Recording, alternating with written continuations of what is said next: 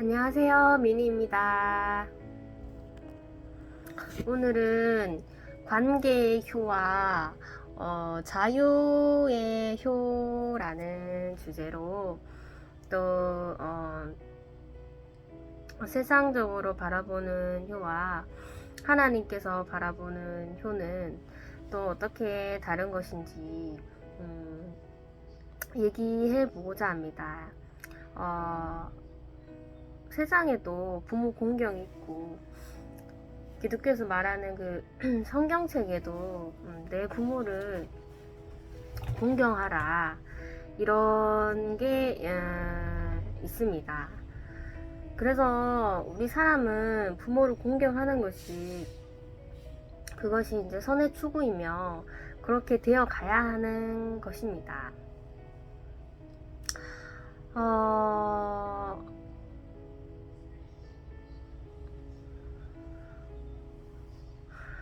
그런데 부모를 공경하는 것에서는 어떤 방법을 동원해도 부모를 공경하는 그것이 답이 아니냐 이렇게 말을 할 수 있는데 목표는 부모를 공경하는 것이지만 그 방법에 관해서는 조금 차이를 둘 수가 있습니다. 그 세상에서 말하는 효는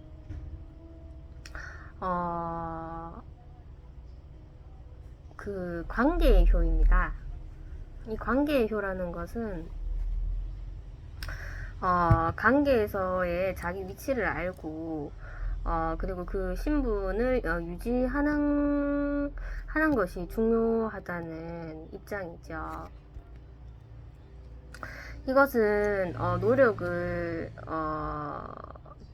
노력을 요구하고 그리고 나의 의사와는 상관없이 싫어도 억지로 해야 하는 것을 말합니다.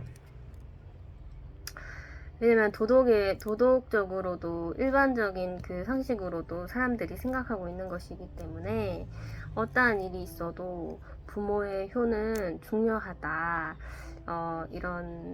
왜냐면 부모의 자식이니까 이 관계의 조명에서 그 효를 중요시 여기는 것이죠.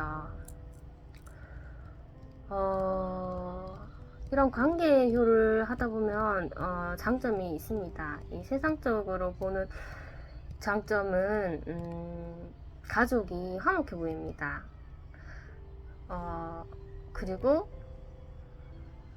어쨌든 선을 추구했기 때문에 사람들에게도 인정을 받을 수 있죠. 그리고 인정을 받으면 당연히 내 이미지가 상승되고 내가 참 괜찮은 사람이라고 느낄 수 있습니다. 그래서 이제껏 해왔던 그 효를 꾸준히 유지하는 것에서는 변함이 없는 것이죠. 근데 이것이 보이는 관점이고 보이지 않는 관점이 또 있습니다. 이런 관계의 효를 하다 보면 굉장히 수동적인 사람이 됩니다. 수동적인 사람이 되고 그 관계에 있어서 대화가 적어집니다. 그리고 그 사람의 그 효를 요구한 부모님의 생각을 더 이상 알려고 하지 않습니다. 어쨌든 그 부모님이 요구하시는 것만 해드리면 내가 자식 노릇을 하는 거고 내 이미지가 변질이 되지 않는 것이기 때문에 거기에 초점을 맞추는 거기 때문에 부모님의 더 어떤 생각을 가지고 계시는지 그런 것에서는 서로 부딪힐 일이 없고 또 알려고 하지 않는 것이죠. 그래서 이것이 확장되어서 부모와 친구와 그리고 지인들까지도 이 관계의 선이 선을 추구하다 보면 인생 자체가 굉장히 피곤해집니다. 이것이 이제 관계 효의 결과로 볼 수가 있고요. 그리고 자유의 효가 있습니다. 자유의 효는 이제 하나님께서 말씀하시는 효인데, 이 효는 관계를 초월하는 효입니다. 관계를 초월하는 효.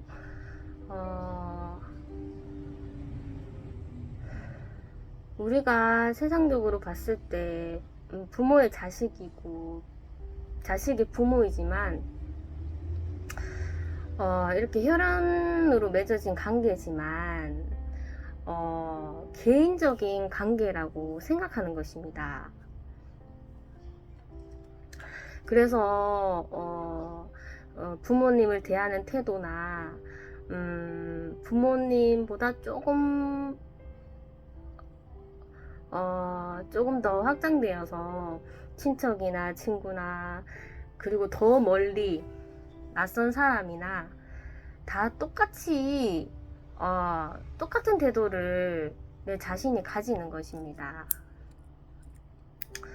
그래서 거절을 잘 할 수 있죠. 남에게 거절하는 것처럼 부모에게도 거절을 할 수가 있습니다. 그래서 이거에 보이는 관점에서 보면은 이것이 꼭 세상적으로 봤을 때 정말 내 자식이었는데 예수를 믿더니 꼭 내 자식을 잃은 것 같은 느낌을 받을 수 있습니다. 부모 입장에서. 왜냐면은 그 자식이 너무나 냉철하고 개인적이기 때문입니다.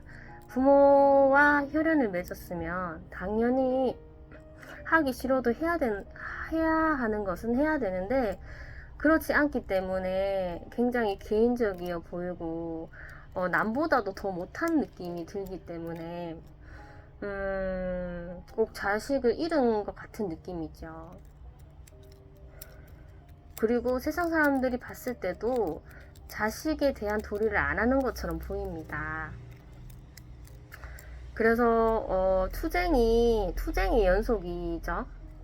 계속 이제 대화로서 투쟁을 하고 꼭 보면은 관계가 더 나빠지는 것처럼 보입니다.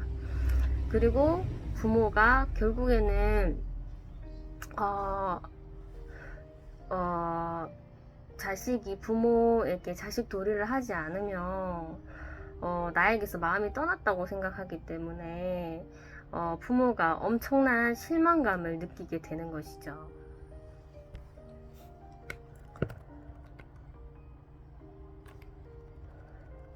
그런데 이것을 또 보이지 않는 그 관점에서 또 바라볼 수 있습니다. 이렇게 투쟁한다는 것은 서로의 관계가 다시 원점으로 돌아가서 다시 시작을 하자는 것입니다. 부모와 자식 말고 개인과 개인으로 직면하는 것이죠. 세상적인 관점으로는 도저히 이해가 되지 않는 부분입니다. 부모는 부모고 자식은 자식이지 어떤 개인과 개인으로 직면할 수 있느냐, 이거는 세상 상식으로는 이해가 되지 않는 것입니다. 그러면 개인과 개인으로 직면하게 되면은 세상의 입장에서는 그것이 좀 비도덕적이어 보이지만 하나님의 이치로 봤을 때는 세상과 그리고 혈연에 매이지 않고 하나님의 이치대로 행동할 수 있고 말할 수 있게 되는 것입니다.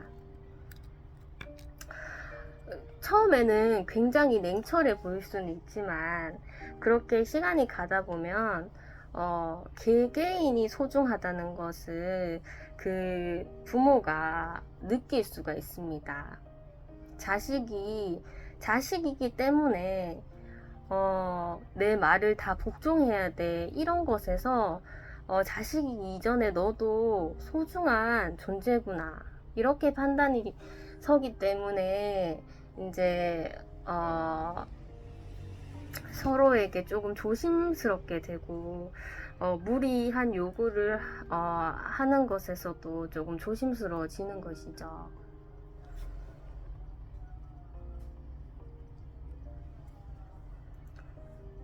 그래서 그 자식이 그 효를 선택할 수 있는 자유가 있기 때문에 마음에서 직접 나왔을 때 효를 실행하는 것이기 때문에 이것은 거짓이 없습니다. 억지로 하는 것도 아닙니다. 그래서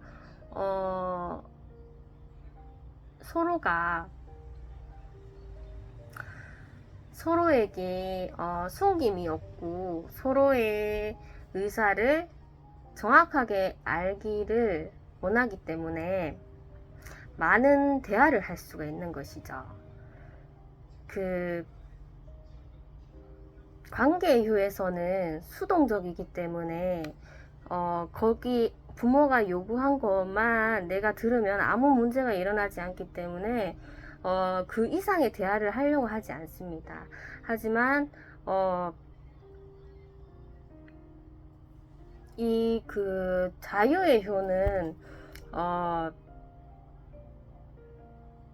서로 개개인이 소중하기 때문에 서로에게 부담감을 주지 않으려고 하다 보니까 더 소통이 더 많아지게 되는 것이죠.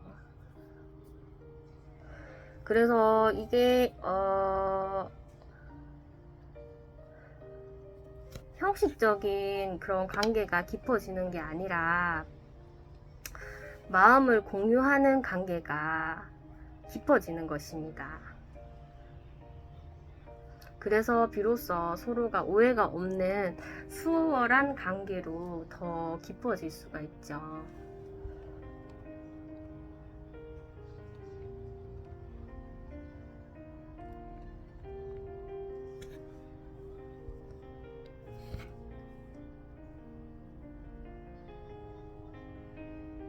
저도 자식이 없어서 뭐 이렇게 자식의 입장만 내세우고 그런 자식의 입장으로서 효를 말하는 것이 아니라 저도 자식이 있는 한 사람으로서 많은 요구를 하고 그리고 말을 듣지 않으면 절망과 괴로움을 느껴보기도 한 부모입니다. 하지만 저희 아이가 정말로 제가 생각한 대로 되지 않는다는 것을 그 좀 어려운 시련으로 인해서 많이 느끼게 되고 지금도 저도 인간이기 때문에 자식에게 조금 자식다운 모습을 요구할 때도 분명히 있습니다. 하지만 그럴 때가 있지만은 그래도 아이가 개인의 그런 의사를 표현할 때는 또 제가 너무 부모의 입장으로서 너무 강제성을 띠고 그렇게 행동하기를 바라면 안 되겠구나 그런 생각을 또 가지게 될 때도 많습니다. 이 관계의 효와 그리고 자유의 효를 통해서 또 하나님께 드리는 제사에 대해서도 얘기 접목을 시킬 수 있습니다. 하나님도 제사를 받으시는 것을 좋아하십니다. 하지만 이것이 남들이 한다고 해서 따라하는 그런 형식적인 제사를 원하지는 않으십니다. 마음이 없는 제사는 하나님께서 받기를 원하지 않는 것이죠. 그래서 하나님께서 자유의지를 주셨고 그 자유의지를 통해서 우리가 정말 하나님 앞에서 부족한 인간이라는 것을 깨닫고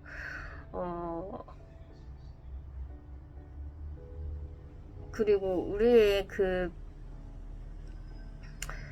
긍휼이 진심으로 나왔을 때 그 제사를 하나님께서 원하신다는 것을 자유의 효를 통해서 깨달으셨으면 합니다. 오늘은 여기까지만 하겠습니다. 감사합니다.